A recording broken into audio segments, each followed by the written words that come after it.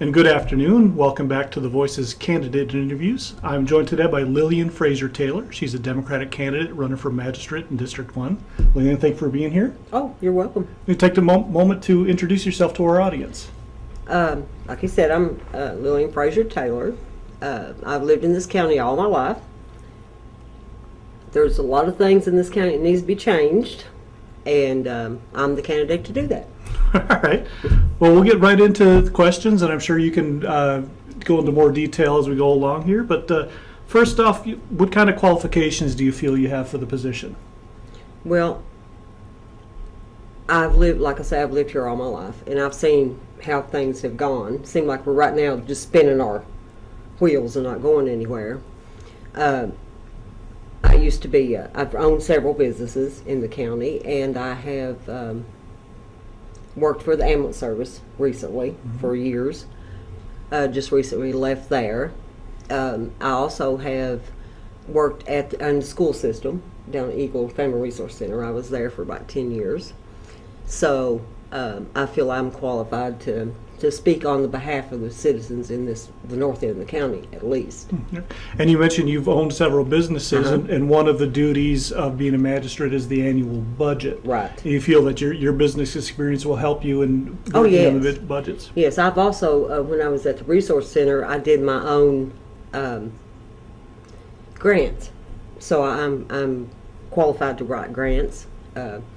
So I think that we need to pursue that more in the county. We need more grants coming in, and more people to get out there and go after them, because there's plenty there. They're just not going after them. What are some of the opportunities you envision for McCurry County in the future? Well, I think the tourism thing is a great opportunity for here. I also think that we're going to have to do something about the jail situation. I also think that we need to make it more friendly for businesses to come into the county. Right now, we've not done that. We need more infrastructure. If we can work on that, we can probably draw more business in. Okay. And you said before you feel like a lot of times we're spinning our wheels. What Right. are some other major issues that you see? Well, I just don't think that we're doing anything to help the county. It's just like the first thing that people say, we need to raise taxes. Well, I think that we need to look at the budget. And I also think that when we look at the budget, we can find out where we can cut some stuff. Because you can't tell me that anybody's budget don't have something that you can cut. Before you start raising taxes, you need to start talking about cutting the budget.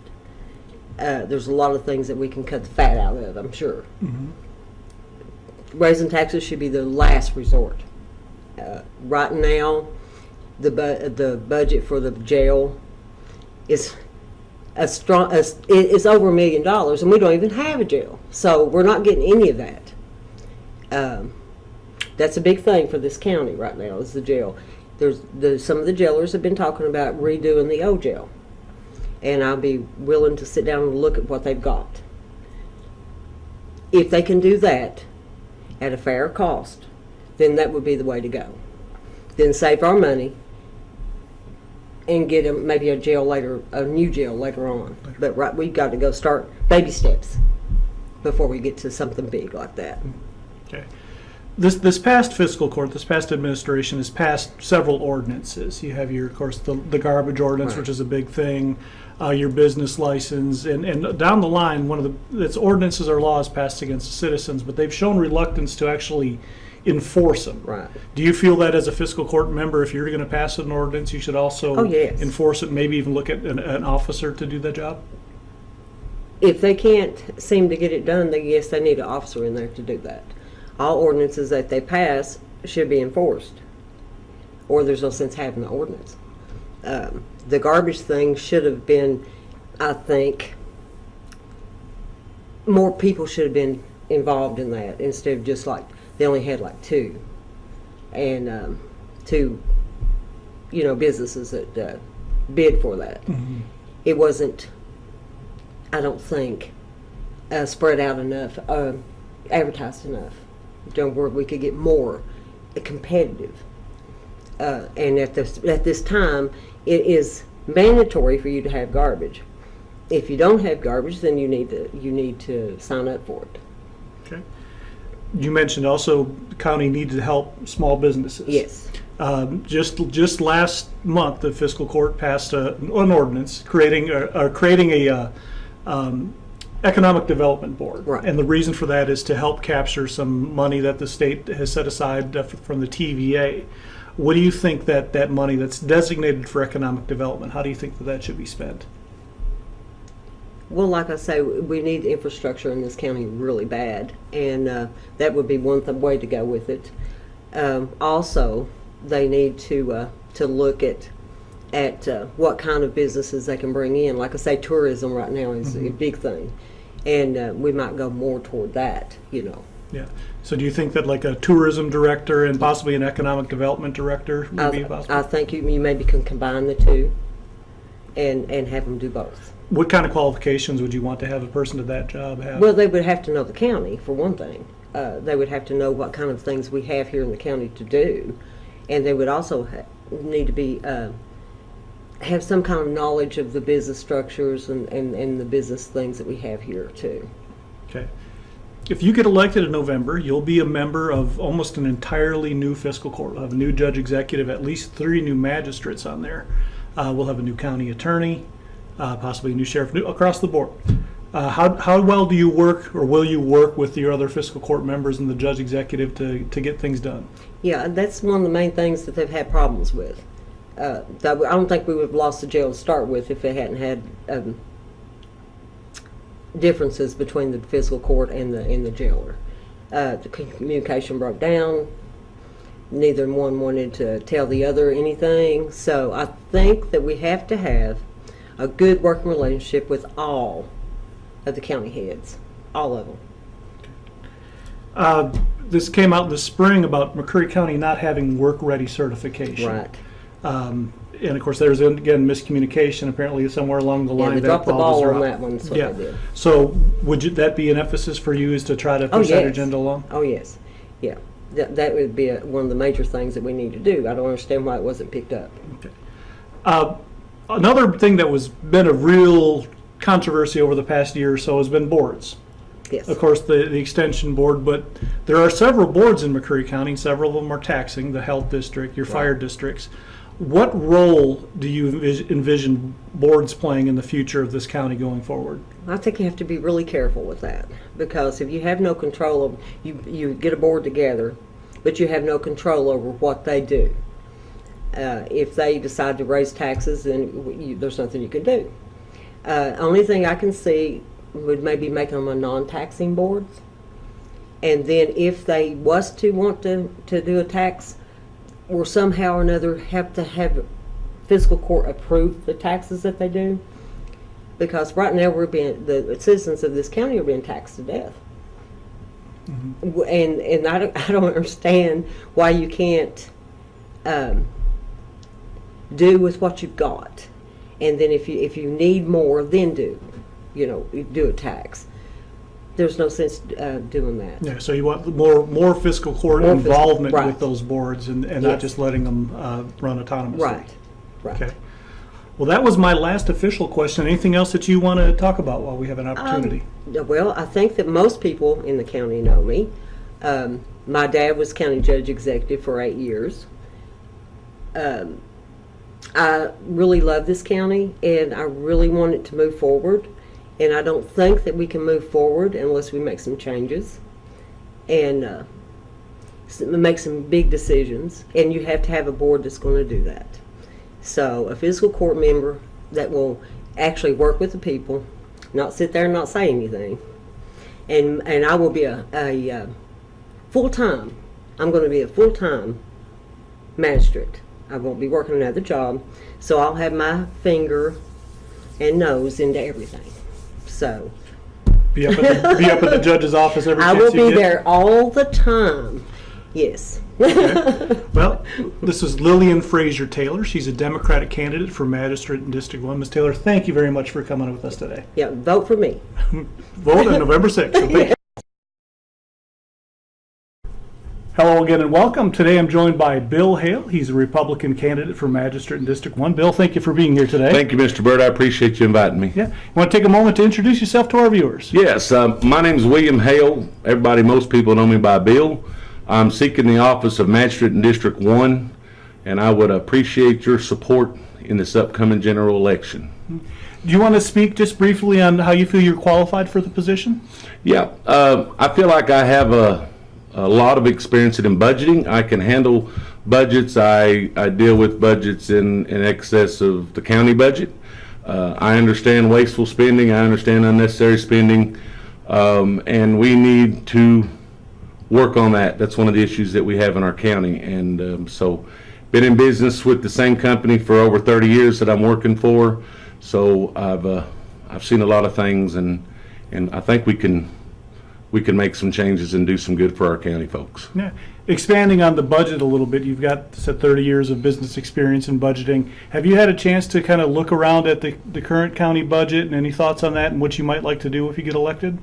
Well, I've looked at it briefly. I have a lot of questions about it, to be honest with you, but I haven't been able to sit down with anybody to really ask those questions. But there's some interesting things in there that gets my attention that I'd at least like to get clarified. But I think once I understand totally what they're doing, I believe we can make some adjustments. They say it can't be cut, but I believe that we can make some cuts, because I've never found a budget that we're not able to cut something out of. So, can you give a brief description of what you feel the responsibility of being a magistrate is?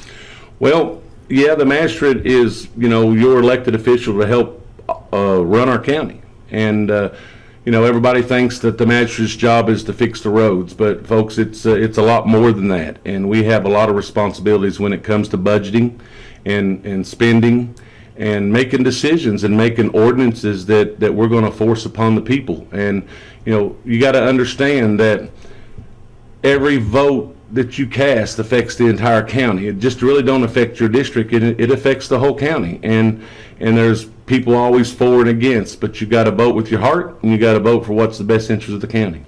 And expanding on that, the best interest of the county and ordinances. Of course, it's been past few years, ordinances always seem to come up, and there's passing ordinance and there's penalty clauses, but they don't enforce it.